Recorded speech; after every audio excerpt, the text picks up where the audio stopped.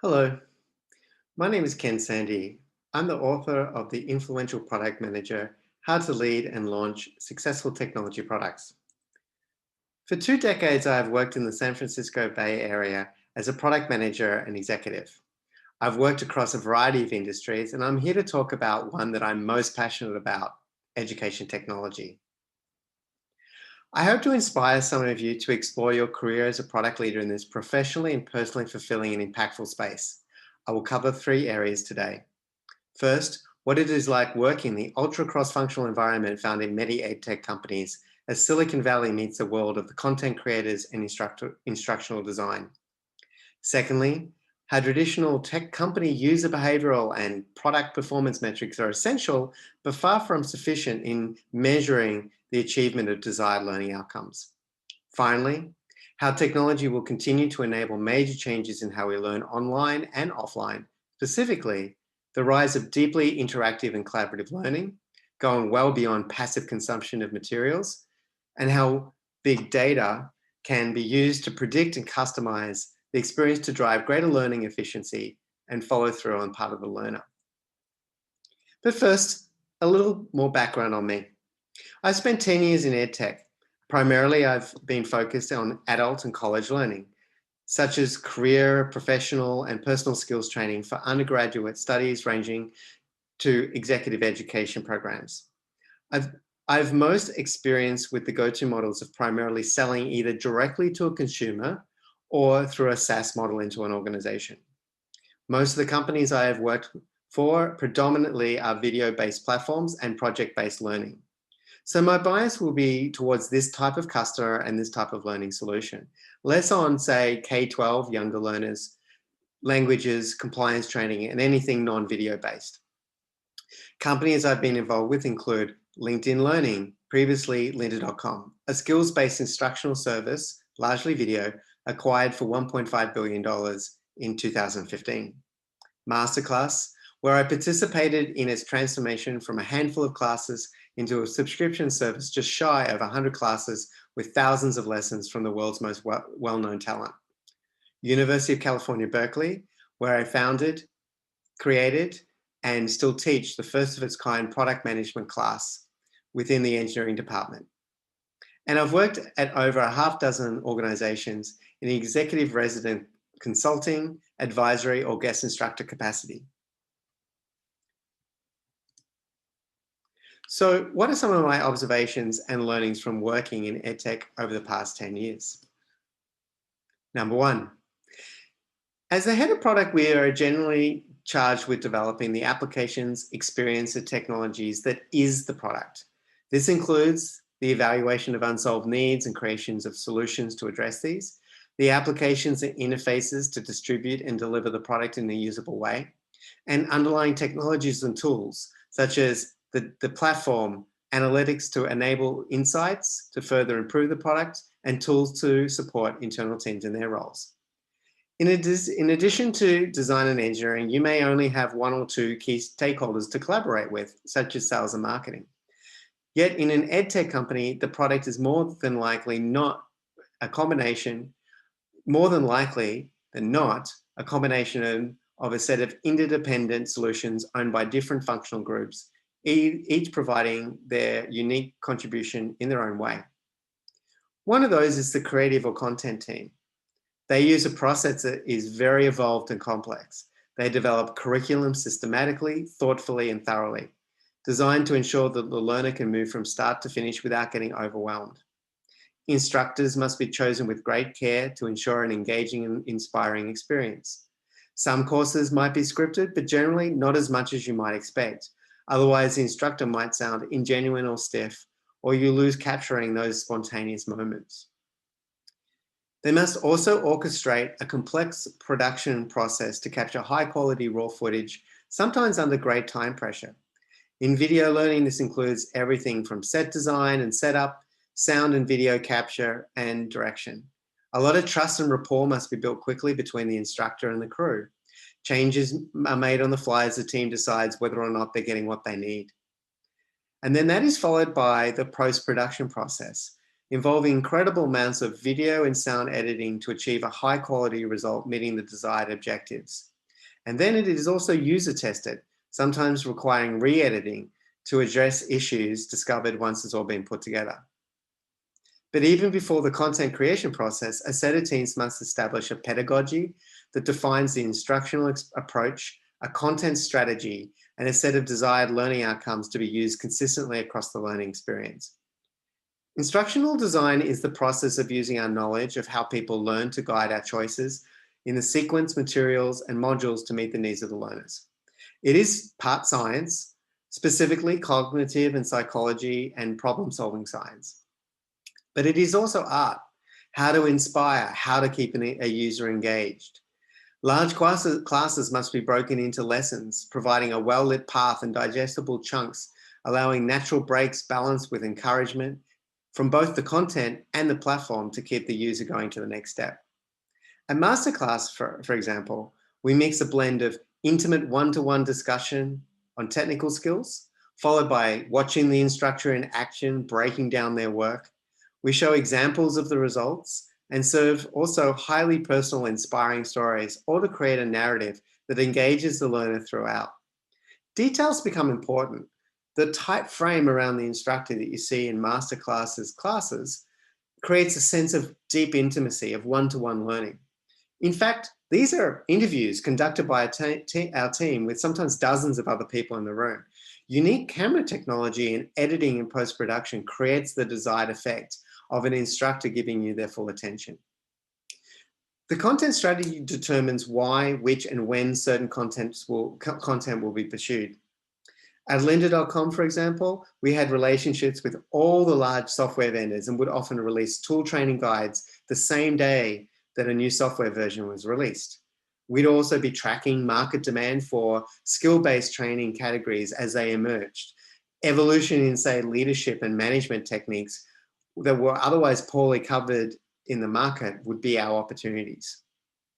And finally, determining and measuring desired long-term learner outcomes and to establish a strong feedback loop between those and the pedagogy enables you to measure the success and evolve it. Simply put, the product is not the product in the sense that a technology company might define it. It is a combination of all three of these wildly different disciplines. And perhaps very successful EdTech companies are relatively rare because obtaining this balance turns out to be very hard organizationally. Here are some examples that I observed of how the different disciplines' culture complemented and clashed with each other. Being used to working on a 5 to 8 person technology squad, it's quite eye-opening to witness the sheer scale of what goes into making a piece of quality video content. There were close to 80 people on set for the filming of Masterclass's Gordon Ramsay cooking class. We had 5 cameras, a sound studio, catering truck, a whole other kitchen downstairs with already cooked chickens ready to go for that delicious oven reveal shot. We had a team in Masterclass dedicated to talent management to recruit and work with personalities and their often extensive and overly protective entourages. We had a dedicated team allocated to managing rights for music, film clips, and other copyrighted materials that we interdispersed in our content. Rarely well-known personalities own their rights to their own materials, and we were constantly grappling with the external rights holders who had little incentive to return our calls. Stuff like that greatly slows down any product innovation. Something as simple as rolling out our mobile application took many more months simply due to all the legal wrangling. Being exposed to the sheer scale and sophistication of the creative process in action built great empathy in me and allowed me to avoid trying to address complex issues with simplistic solutions. Content groups were often perplexed by technology's apparent lack of long-term planning. By nature, theirs is inherently waterfall, with dozens of complex steps, handoffs, and approvals, both internal and external. It might take months, sometimes years, to execute. For example, just the instructor research phase required the reading and watching of an entire instructor's body of work. Now, of course, product and engineering would argue that we do have long-term planning, roadmaps, and such forth. But To an untrained eye, the running of sprints with scant details, maybe a hypothesis, throw in a small team, ship it and see, particularly when you push out product features that aren't particularly well polished, even if they only affect a small percentage of our users. Or perhaps we're experimenting with reforming, or in the content team's eyes, messing with their content. To them, the product and engineering team might appear to be kind of flying by the seat of our pants. On the other hand, our technology team struggled with the content team's default mode. When it comes to data-driven decision-making, what works and what not in the content business is actually incredibly hard to predict. Something might greatly exceed all expectations, becoming a big hit, while other content misses the mark entirely, and it's not always clear why. Taste and intuition is paramount. Content team members are often judged by their eye, incredibly hard to be objective about. Now, of course, if you're Netflix, you have lots of data to predict what content you should produce that might be a hit. This is a luxury for data-staved, smaller scale operations. Iteration, testing, and validation on content is harder to do as it is an inherently linear process and costly.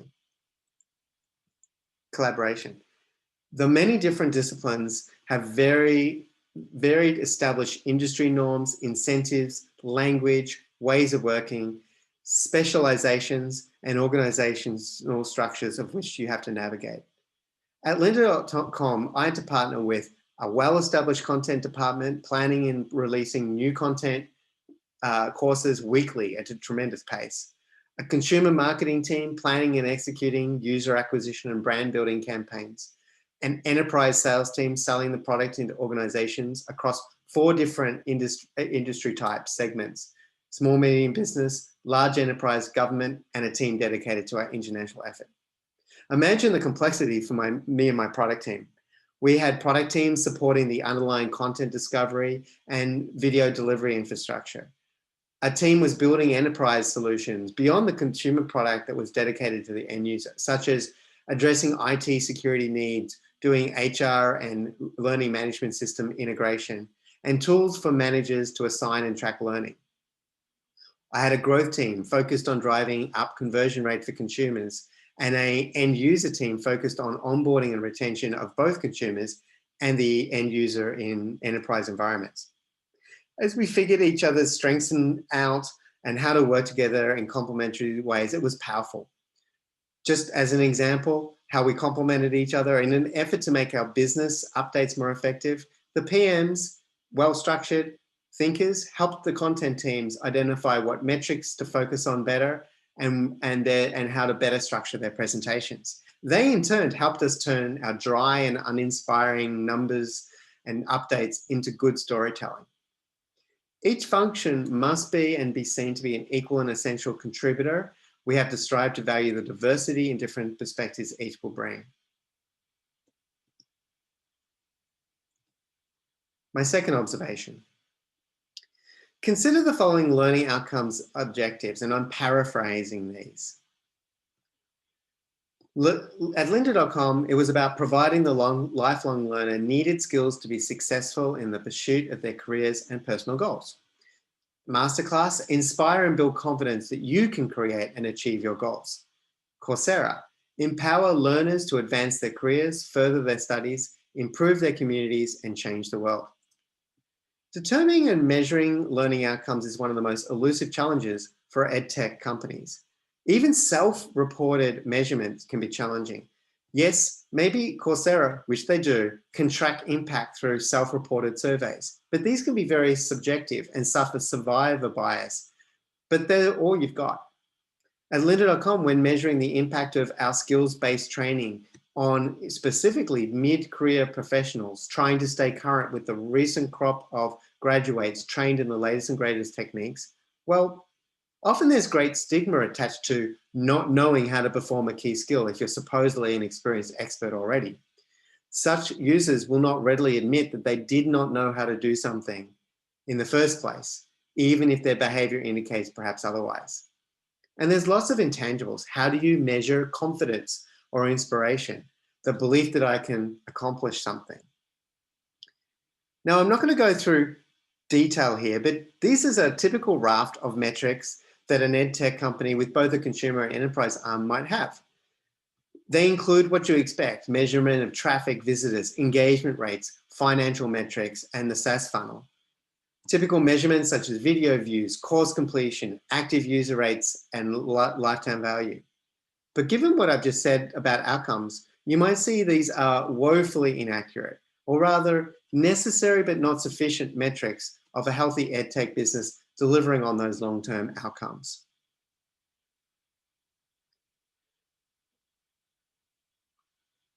And what constitutes value varies from user to user.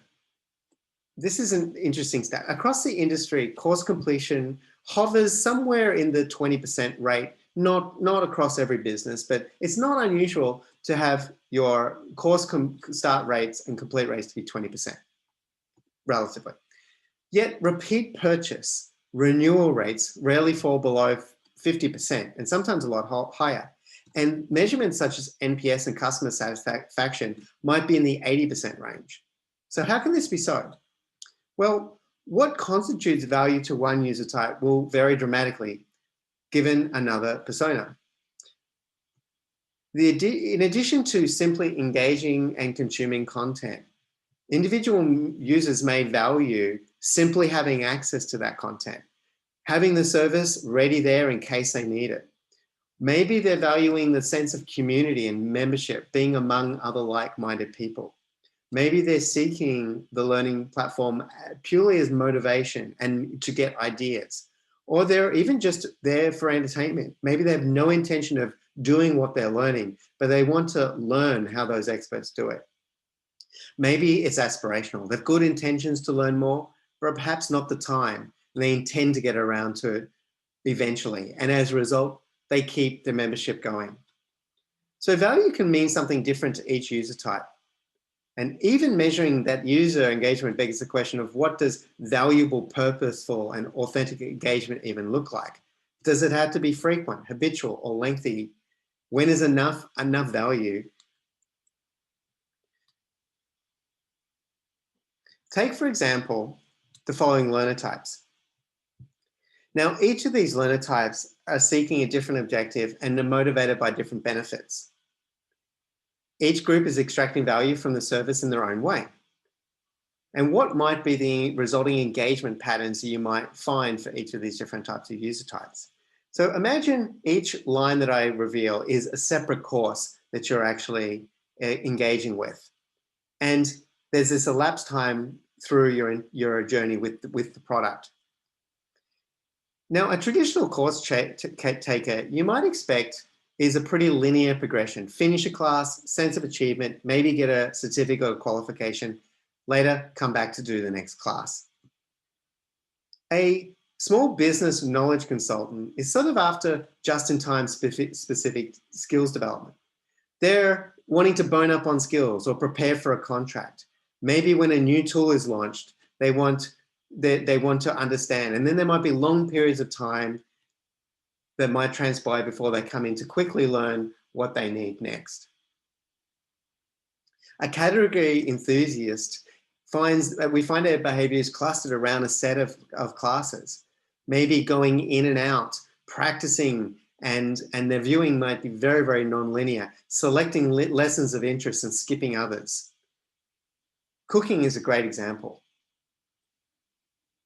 The lifelong learner, you expect more habitual behavior because they're interested in a very broad range of the catalog, perhaps searching through the catalog, jumping from very different category to very different category, and spending time habitually learning on a topic of interest and then coming back later.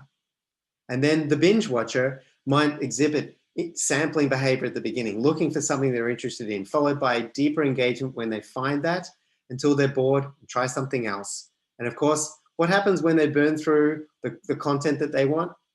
They churn. Now, ironically, the user that actually engaged with the service the most is the one that churned the first. So this is quite the opposite you expect from engagement and correlation. So engagement does not necessarily correlate with value or retention or extraction of value.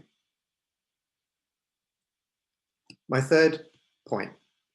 Now, earlier adult learning EdTech platforms emphasized things like learning administration, LMSs, or video-based learning like MOOCs, with some notable exceptions in the language space where there was a lot of deep online testing, assessments, and preparation.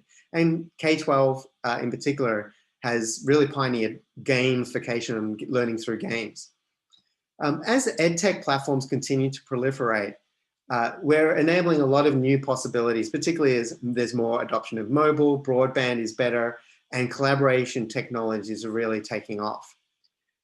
I will highlight three trends that I believe will fundamentally shift the focus of EdTech in the next few years. The first will be the rapid maturing and evolution of more participatory learning methods as opposed to passive learning methods. Interactive methods of learning involve the learner actively doing something. That deeper engagement tends to generate more curiosity, make things more tangible. It includes things like games, project work, challenges, polls, whiteboarding, and a whole host of other activities. The technology in this is really beginning to scale. Now, collaborative learning methods involve learning with others, which can happen synchronously altogether or asynchronously, sort of out of sync. These provide potential network effects and efficiencies for the EdTech company, allowing students to learn from each other, to actually generate user-generated content, and to generate a real sense of purpose and community around the content. Secondly, it provides greater natural accountability. Those learning together in cohorts tend to keep each other going for longer. That reduces dropout and reduces churn. To illustrate a little bit more, this is a learning pyramid. It's been around for at least 80 years. It's attributed to educator Ed Dale.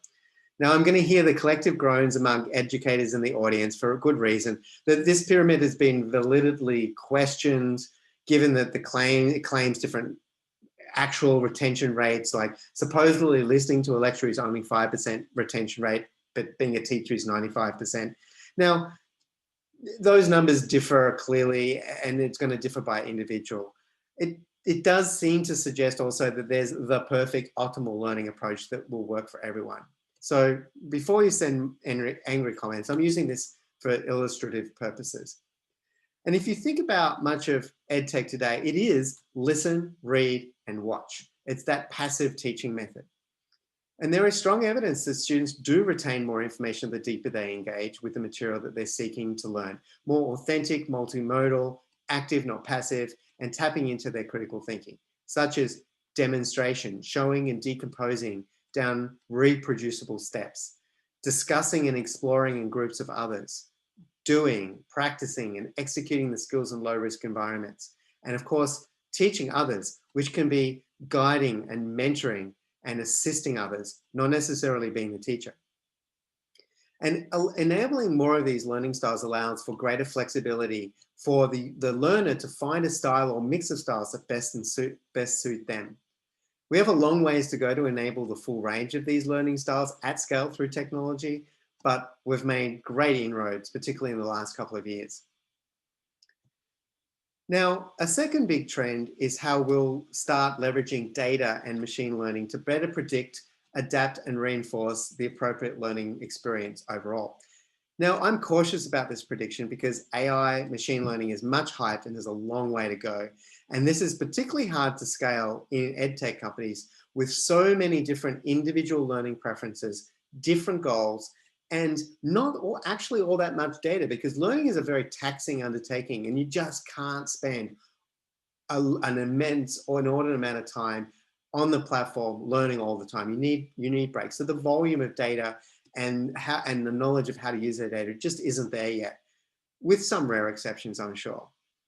Now we're just starting to experiment with personalizing the learning experience. Historically, this has been more of a traditional kind of one-size-fits-all with a user-initiated search and discovery to surface the content appropriate to my goal, my learning style, and my existing level of proficiency.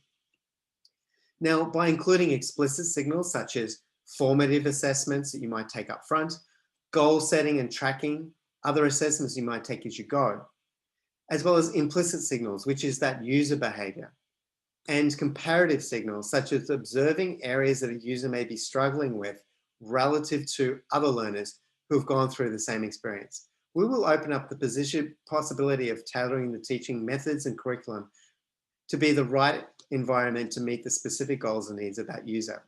And with algorithms rather than humans adapting the learning experience, that will mean that we can be quicker to adapt, have more paths to adapt to, and more cost and time efficient than traditional learning methods. And finally, transitioning from traditional in-person instruction to online learning is not easy for some. Traditional in-person learning has many benefits, including a faster human touch intervention and instructor peer-to-peer FaceTime that's very hard to replicate online.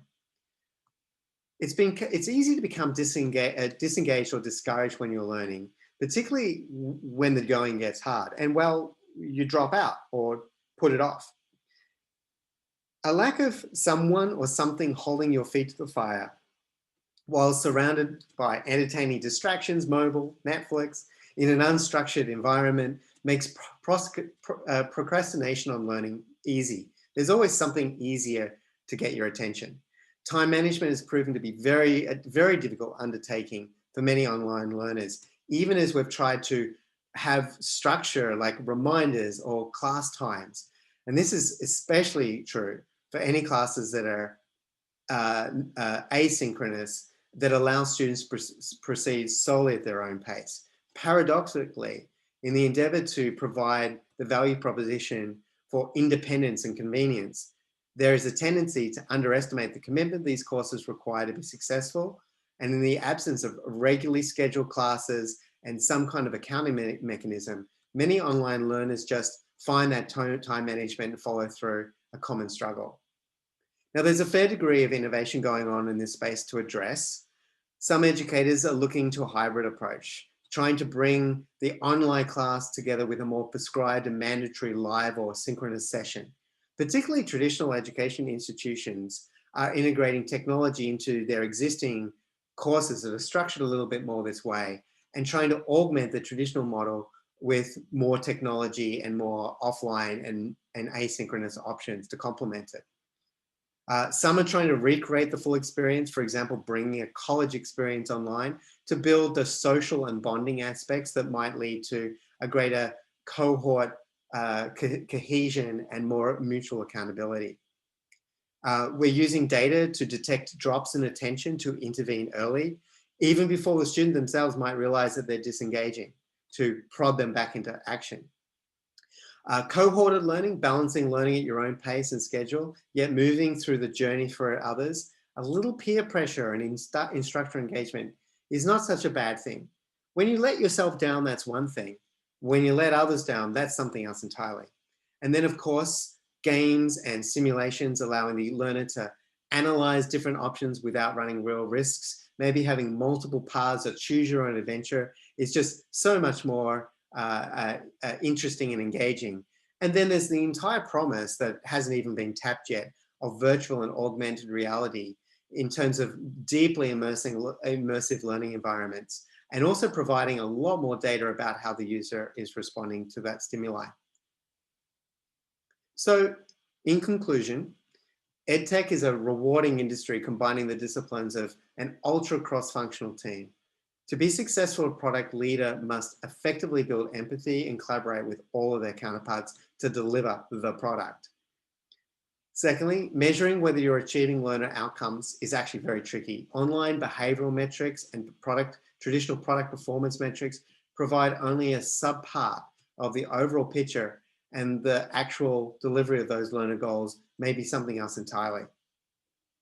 And third, the next generation of successful EdTech companies will enable more participatory rather than the passive experiences online and at scale.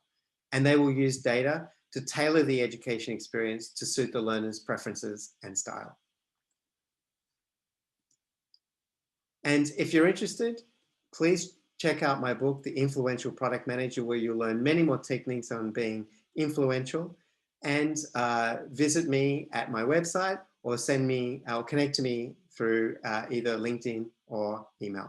Thank you very much for your time.